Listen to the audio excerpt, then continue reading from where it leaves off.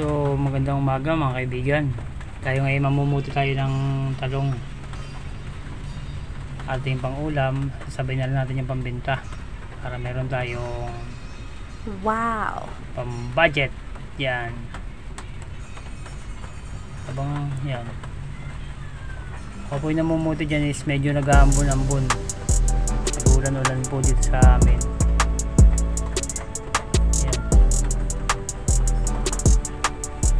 Grabe. Ganito pa lang pag namumunga lang yung talong. Pitas ka lang ng pitas mga kaibigan. Yan.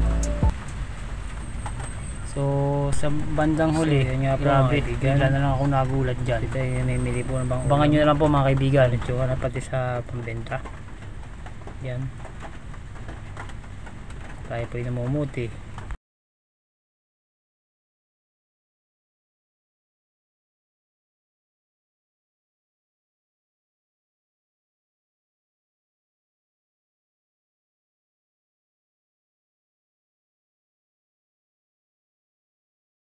Wow!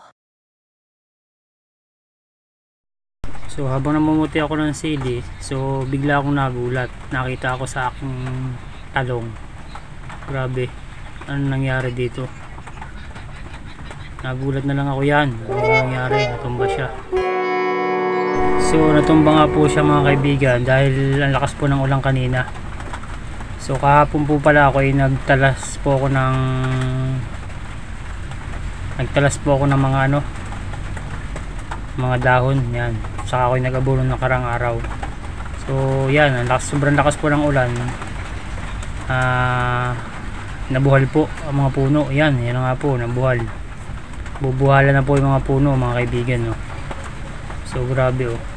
Yung mga inakot ko po kaninang kawayan, diyan ko po yung gagamitin.